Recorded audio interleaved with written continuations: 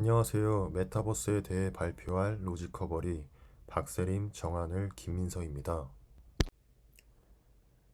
이번 발표 내용은 기업들이 메타버스 세상을 어떻게 활용하고 있는지와 어떤 기술을 이용하는지, 어떤 마케팅 전략을 사용하는지에 대한 그 사례들입니다.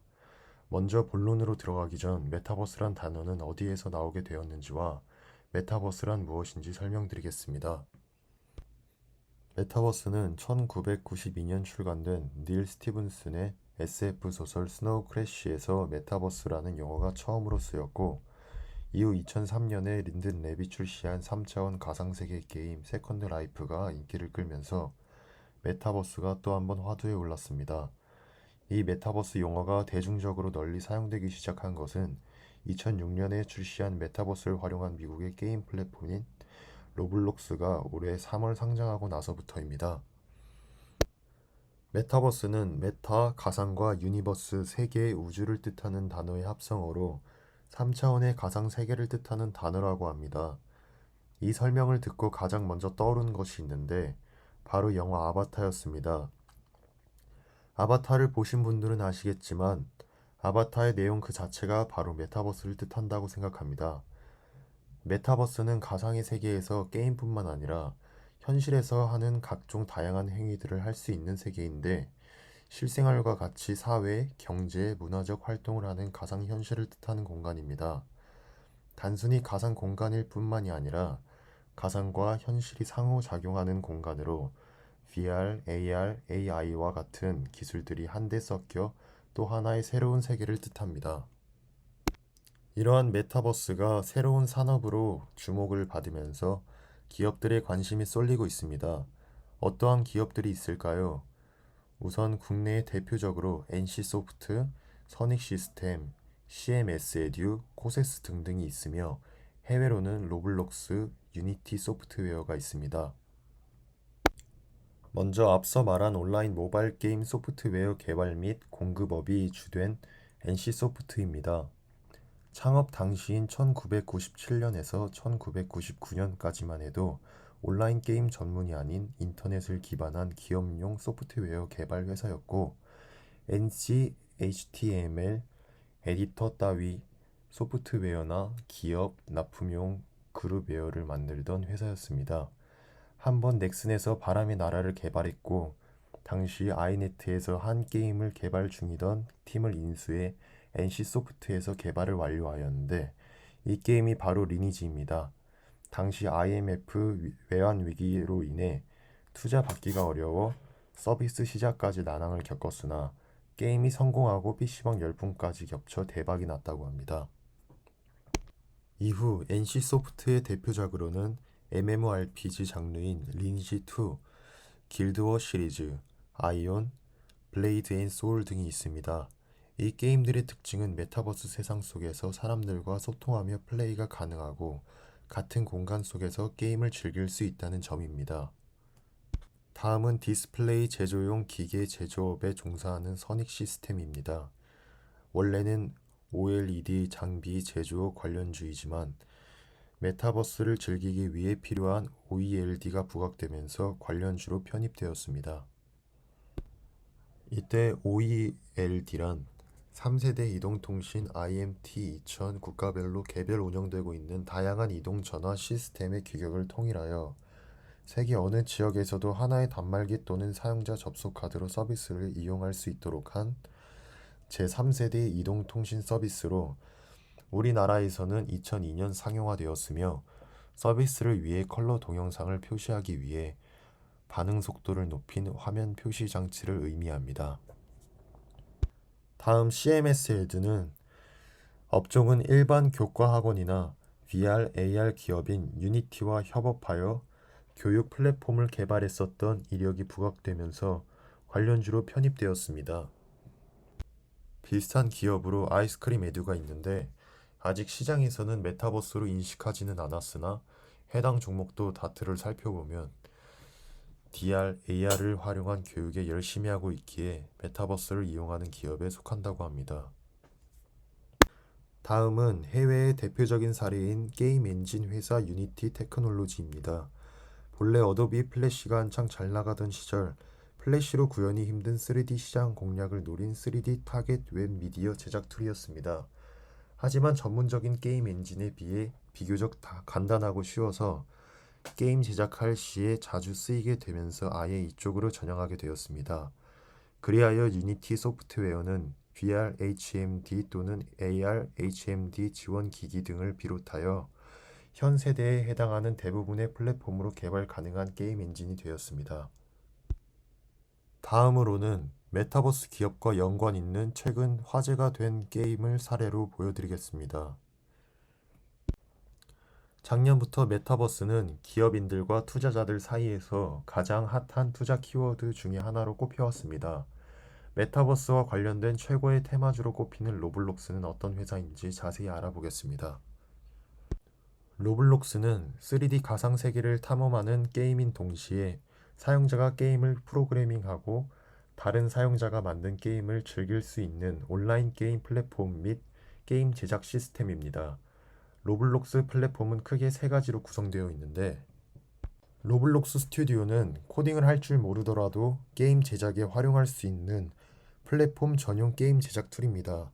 로블록스는 사용자가 자체 게임 엔진인 로블록스 스튜디오를 사용하여 자신의 게임을 만들고 다른 사용자가 플레이할 수 있도록 하고, 개발자는 코딩 없어도 게임을 만들어 수익을 올릴 수 있기 때문에 다양한 게임이 지속적으로 만들어지고 있습니다. 그동안 게임 개발자들의 고유한 영역이었던 게임 제작의 진입 장벽을 낮춤으로써 많은 이용자들이 새로운 즐거움을 경험하고 있다고 합니다. 다음으로 로블록스 클라이언트는 사용자들이 게임도 하고 다른 사용자들과 함께 만남을 가지고 대화를 하는 등 사회 활동을 즐길 수 있는 공간입니다.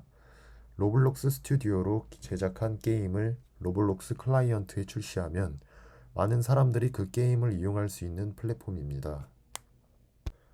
로블록스에서 게임을 이용하거나 그룹을 생성할 때는 로벅스라는 가상화폐를 통해 게임 내에서 경제활동이 가능한데, 이미 로블록스 플랫폼 내에서 아이템 판매 등으로 연 10만 달러, 약 1억 2천만 원 이상의 수익을 올리는 사용자는 300명이 넘는다고 합니다. 현재 로블록스에는 다양한 장르의 게임이 5천만 가지가 넘습니다. 사람들이 게임을 쉽게 개발하고 공유하며 수익을 올릴 수 있는 플랫폼이기에 많은 전문가들은 로블록스를 유튜브와 비교하고는 합니다. 유튜브 플랫폼 내에서 유튜버들이 영상을 제작하고 공유함으로써 광고, 수익 및 기타 수익을 올리듯이 로블록스 또한 비슷한 선순환의 메커니즘을 가지고 있습니다. 다음 대표 게임은 과거 싸이월드, 메이플 스토리 등에서 인기를 끌다 사라진 아바타 사이버 공간에서 사용자의 분신처럼 사용되는 가상의 그래픽 아이콘이 풀 3D와 머신러닝, 인공지능이 스스로 데이터를 학습하고 예측을 수행하도록 하는 기술을 통해 모바일 환경에서 새롭게 태어난 제페토입니다. 제페토에서 선보이고 있는 3D 아바타 서비스는 처음에는 한 모바일 앱의 기능 중 하나였고, 국내 기업 캠프 모바일이 개발한 AR 증강현실 카메라 앱이자 소셜 미디어인 스노우는 사진을 찍는 사람의 얼굴 위에 토끼 귀나 고양이 수염을 붙여주는 기능으로 인기를 끌었는데, 스노우의 여러 기능 중 사용자의 표정을 따라하는 3D 아바타 기능이 사용자들 사이에서 큰 관심을 모은 것. 스노우는 이 기능을 별도 앱으로 출시해도 승산이 있겠다고 판단했고, 그렇게 만들어진 것이 바로 제페토입니다. 제페토 외에도 애플의 미모티콘, 삼성전자의 AR 이모지, 페이스북의 아바타 등 아바타 기능을 제공하는 플랫폼은 이미 많이 존재하고 있습니다. 그러나 페이스북의 아바타는 과거 싸이월드 수준을 벗어나지 못했고, AR 이모지는 예쁘다고 할 수 있는 수준은 아니었습니다. 그나마 애플의 미모티콘이 유일하게 예쁘다는 평가를 받고 있었던 상황에서 그것보다 더 예쁜 캐릭터를 내세운 것이 바로 제페토였습니다.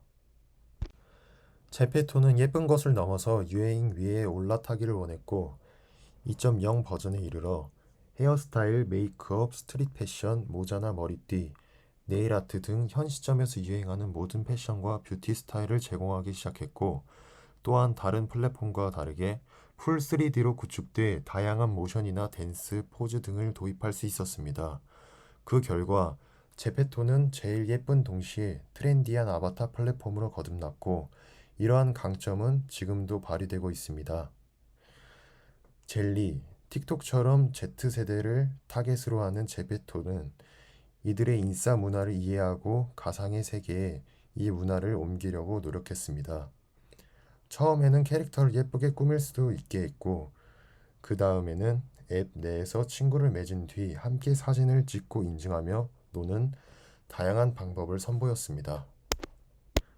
그 밖에도 많은 인기의 비결이 있는데 제페토 사용자는 제페토 안에서 D 가상 월드인 제페토 월드를 통해 평소 좋아하던 연예인의 아바타에게 사진을 받고 함께 인증샷을 찍거나 가상으로 꾸며진 연예인의 집에 방문할 수 있습니다. 실제로 제페토는 블랙핑크가 신곡 아이스크림을 올해 9월 선보이자 캐릭터가 방문하고 인증샷을 찍을 수 있도록 아이스크림 뮤직비디오 무대를 3D 맵으로 구축하기도 했습니다.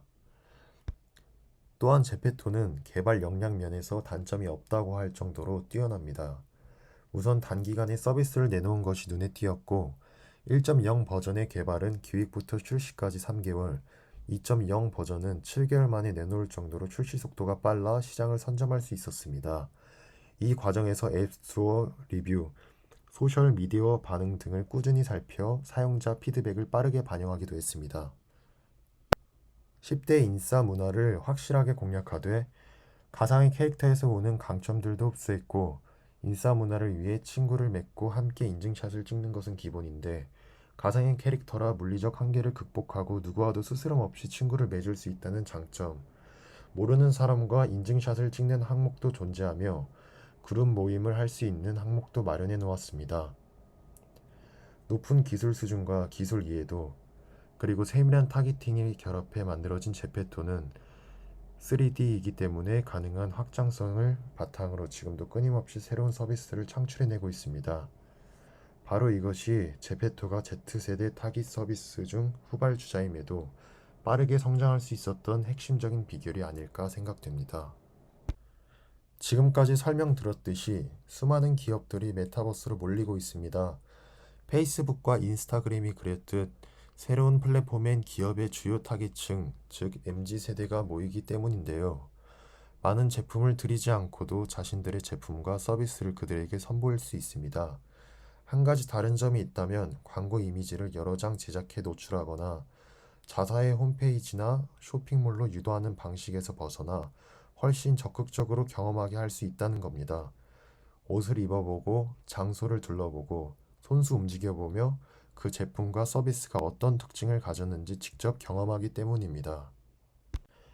이제 기업들이 어떻게 메타버스를 마케팅에 활용하고 있는지 그 사례를 살펴보겠습니다. 제페토에서 활동하기 위해서는 사용자의 얼굴을 인식해 아바타를 만들어야 합니다. 기본 제공되는 흰색 티셔츠와 반바지 대신 멋진 옷을 골라 입혀줘야 하는데 구찌는 일찌감치 이 시장을 겨냥했습니다.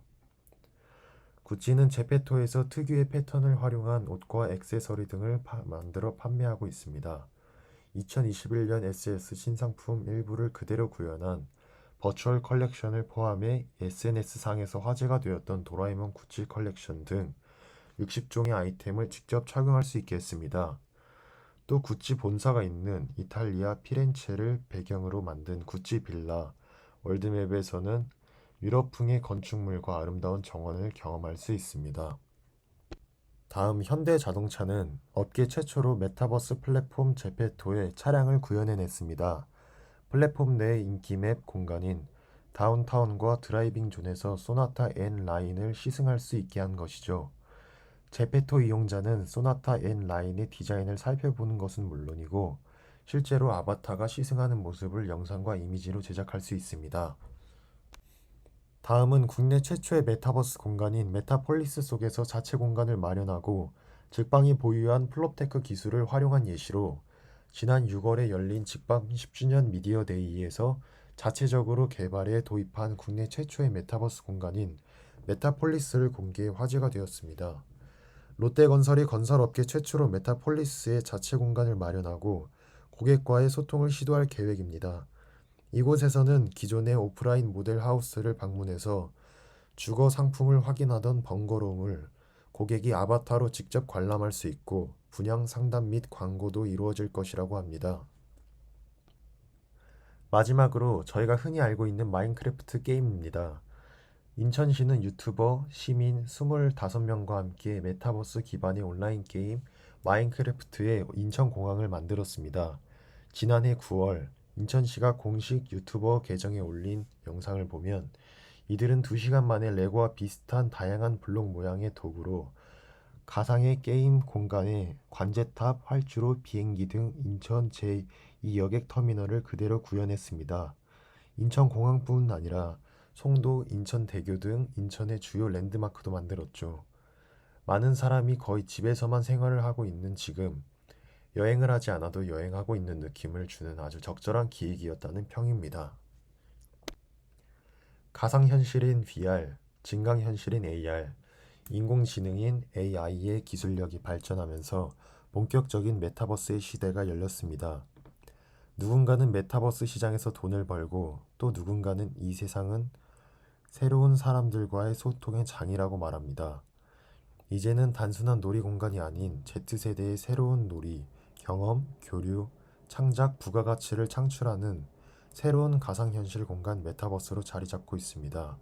메타버스 시장이 커지는 만큼 많은 사람들에게 도움이 되고 발전하는 시스템으로 한 걸음 더 도약했으면 좋겠습니다. 감사합니다.